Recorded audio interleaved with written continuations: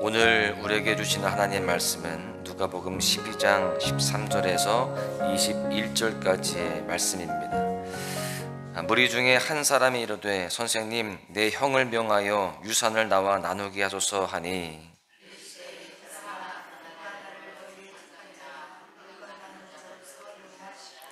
그들에게 이르시되 삼가 모든 탐심을 물리치라. 사람의 생명이 그 소유에 넉넉한 데 있지 아니하니라 하시고,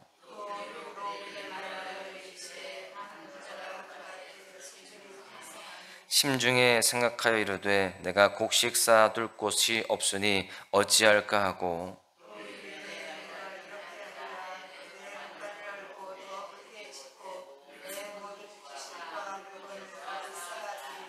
또 내가 내 영혼에게 이르되 영혼아, 여러 해 쓸 물건을 많이 쌓아 두었으니 평안히 쉬고 먹고 마시고 즐거워하자 하리라 하되,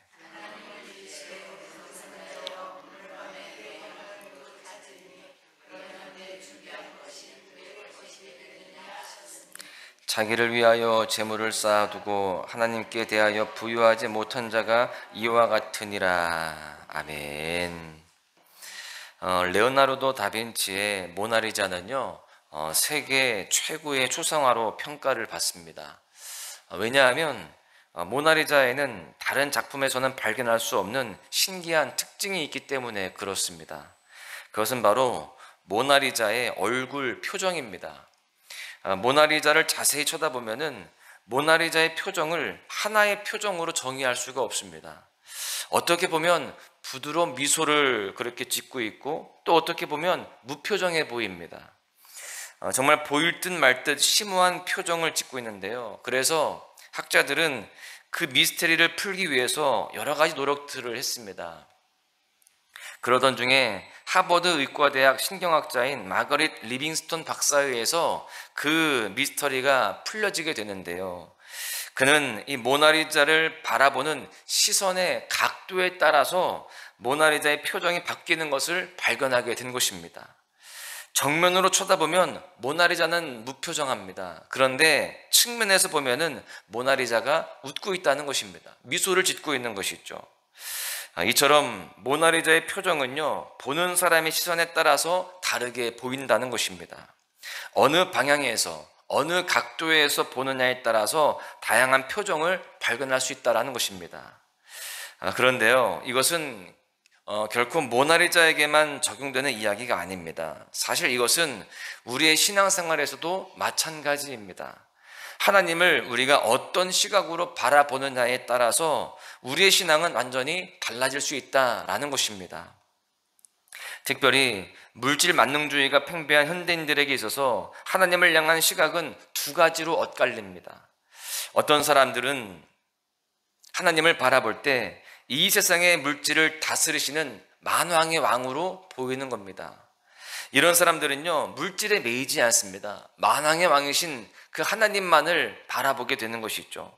하나님 앞에 자신의 그 믿음을 증명합니다. 물질에 흔들리지 않는 것이죠. 그래서 결국 그들은요, 물질의 축복까지 거머쥐게 됩니다. 그런가 하면 사실 대개의 경우 하나님보다 물질을 더 많이 사랑합니다. 그래서 하나님의 테스트를 통과하지 못하고 물질에 매여서 인생을 허비하는 모습들이 참 많습니다.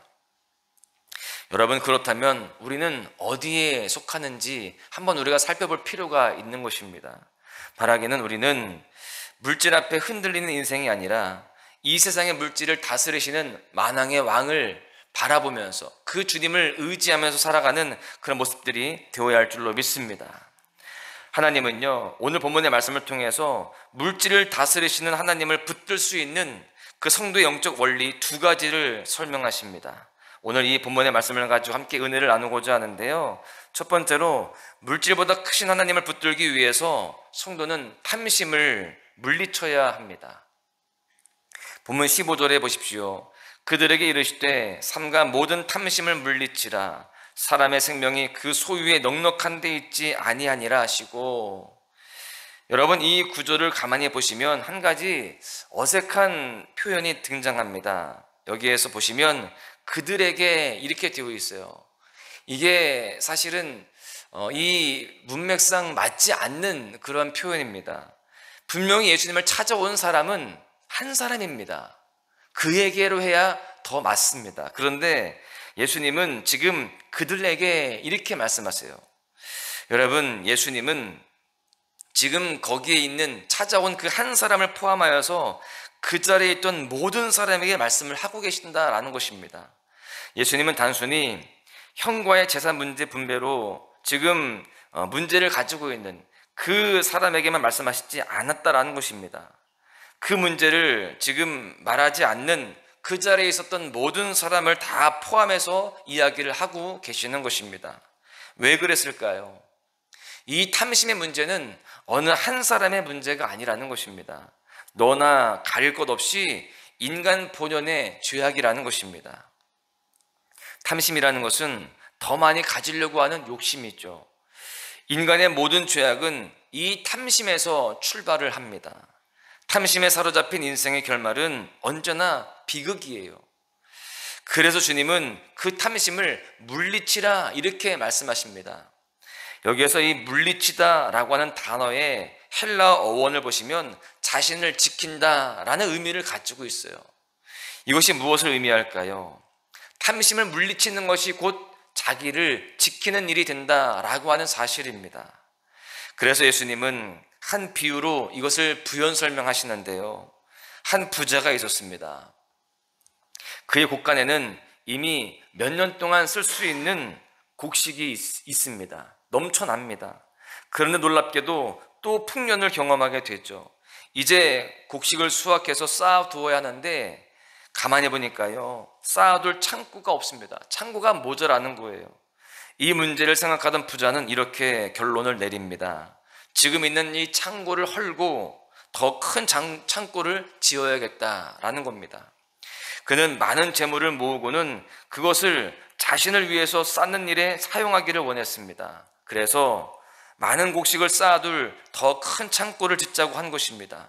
그러면서 자기 영혼에게 뭐라고 이야기하는가를 보니까 19절에 보십시오.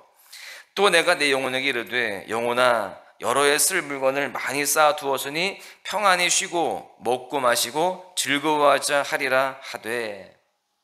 이 부자는요, 자신을 향하여서 여러 해 쓸 물건을 많이 쌓아두었으니 평안히 쉬고 먹고 마시고 즐거워하자 이렇게 이야기하는 겁니다. 그는 자신의 인생의 행복과 즐거움을 위해서 많은 재물을 쌓는 일에 열심을 낸 것입니다. 여러분, 최근에 한국에서 유행했던 두 가지 라이프 스타일이 있습니다. 그중 하나가 욜로족입니다. 많이 들어보셨을 거예요. 이 욜로족은 인생은 한 번뿐이다 라는 그 모토 아래에서 자신의 미래를 위해서 남을 위해 희생하는 것이 아니고요, 자신의 현재의 행복을 위해서 사는 모습들을 이야기합니다. 삶의 포커스도요, 저축보다는 소비에 치중이 되어 있습니다. 그냥 오늘을 위해서 쓰는 겁니다. 즐기는 거예요. 반면에 다른 한 종족은 파이어족입니다. 이들의 특징은요, 40대 초반에 은퇴하는 것이 목표입니다. 그래서 20대부터 열심히 삽니다. 그리고 소비를 극단적으로 줄입니다. 쓰지 않고 철저하게 모아둡니다. 그래서 40대 초반 이후에는요, 회사를 퇴직하고 나서 하고 싶은 것을 하면서 살아가는 그런 모습이 그들의 목표입니다. 여러분, 극단적인 소비와 극단적인 저축의 이 양극단을 보여준 이 두 종족의 특징이 무엇일까요? 결국 인생의 목적이 바로 나의 행복입니다. 그 행복을 오늘 찾을 것인가 아니면 미래의 시간에 찾을 것인가에 좀 다른 면이 있지만, 여러분, 결국 이 두 종족의 중요한 가치는 동일합니다. 바로 나의 행복이에요. 나의 즐거움입니다. 여러분, 이들이 이렇게 주장하는 이유가 무엇일까요? 인생의 불확실성 때문에 그렇습니다. 예수님의 비유에 나오는 부자는 그렇게 많은 재물을 쌓게 되었지만 하나님께서 그의 생명을 데리고 가신다면 그의 모든 재산은 소용이 없어지는 것입니다. 욜로든 파이어든 무엇이든 간에 죽음 앞에서는요, 모든 것이 다 소용없게 되고 마는 것이죠. 여러분, 무엇이 진짜 중요할까요? 예수님께서는요, 생명이 더 중요하다 이렇게 말씀하십니다. 우리가 어제 수요예배 때도 함께 나누었지만 여러분, 예수님은 경제 논리가 아니라 생명 논리를 가지고 말씀을 하시는 겁니다. 바라기는 물질에 대한 탐심을 버리고 영원한 생명을 간절히 사모할 수 있기를 간절히 소망합니다. 두 번째로, 물질보다 크신 하나님을 바라보기 위해서 성도는 하나님께 부유한 자가 되어야 됩니다. 탐심을 버리고 하나님께 부유한 자가 될 때 우리는 하나님을 더 의지할 수 있고 더 온전히 바라볼 수 있는 믿음의 사람이 될 수 있다라고 하는 것입니다. 본문 21절의 말씀을 보십시오. 자기를 위하여 재물을 쌓아두고 하나님께 대하여 부유하지 못한 자가 이와 같으니라. 이 구절은요, 한 가지 중요한 사실을 지적합니다. 자기를 위해서만 재물을 쌓아두는 자는 하나님께 부유하지 못하다라는 것입니다. 부자의 많은 재물이 문제가 아닙니다. 그가 오직 자기만을 위해서 재물을 사용하는 것이 문제라는 거예요. 여러분, 욜로족이든 파이어족이든 결국 자기 자신만을 위해서 재물을 사용한다면 그것은 하나님께 대하여 부유한 자가 되지 못한다라는 것입니다. 예수님께서는요, 우리가 재물을 이 땅에 쌓아두는 일에 열중할 것이 아니라 더 중요한 일에 열심을 내라 라고 가르치십니다. 예수님께서는요, 산상수훈에서 이렇게 말씀하시죠. 마태복음 6장 20절에 보십시오. 오직 너희를 위하여 보물을 하늘에 쌓아두라. 거기는 좀이나 동록이 해하지 못하며 도둑이 구멍을 뚫지도 못하고 도둑질도 못하느니라. 여러분, 이 세상에 유형자산이 아닌 천국의 무형자산을 믿음으로 붙들 수 있기를 간절히 소망합니다. 그 무형자산이지만 천국에 있는 그 모든 하늘의 상급과 하늘의 면류관은요, 그 어떤 것도 도둑질해 가지 못하는 것입니다. 영원한 것입니다. 이 땅에서 눈에 보이지 않는 하나님의 말씀에 순종하여서 천국에서 이 세상과 비교할 수 없는 하늘의 상급을 다 누릴 수 있는 우리 모두가 되어야 할 줄로 믿습니다. 저와 여러분의 자녀에게도요, 이 세상의 집을 물려주는 데 급급한 것이 아니라 천국의 대궐 같은 집을 소유할 수 있는 신앙의 그 유산을 물려주는 모습들이 되어야 됩니다. 우리의 가치가 이 땅에 있는 것이 아니라 하늘에 있어야 되는 것이죠. 그것을 나에게서만 끝내는 것이 아니라 우리 자녀들에게도 그것을 가르쳐주고 또 흘려보낼 수 있는 모습들이 되어야 할 줄로 믿습니다. 그럴 때 저와 여러분의 자녀가 자자손손 하나님께 부유한 인생이 되는 그런 믿음의 명문 가문이 될 줄로 믿습니다. 우리 모두는요, 이 땅의 것이 아니라 하나님께 대하여 부유한 자가 되어서 하나님을 영화롭게 하고 또 그 가운데 하나님의 큰 축복을 누리는 그런 모습이 되어야 할 줄로 믿습니다. 이제 말씀을 마무리합니다. 오늘의 이 본문 말씀에서 예수님은 물질보다 크신 하나님을 붙들 수 있는 두 가지 영적 원리를 제시하십니다. 첫 번째는 탐심을 버리라는 거예요. 그리고 하나님께 부유한 자가 되라는 것입니다.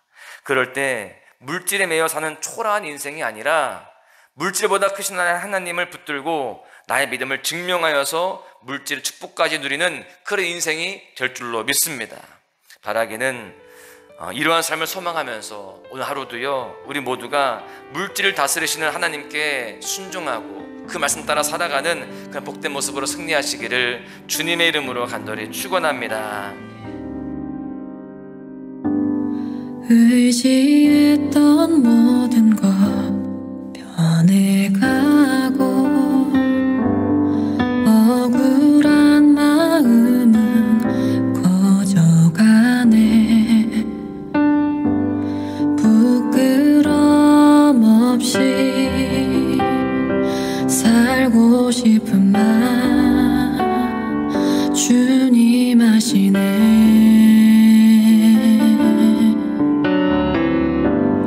모든 일을 선으로 이겨내고 죄의 유혹을 따르지 않네. 나를 구원하신 영원한 그 사랑 크신 그네 날 붙드시네.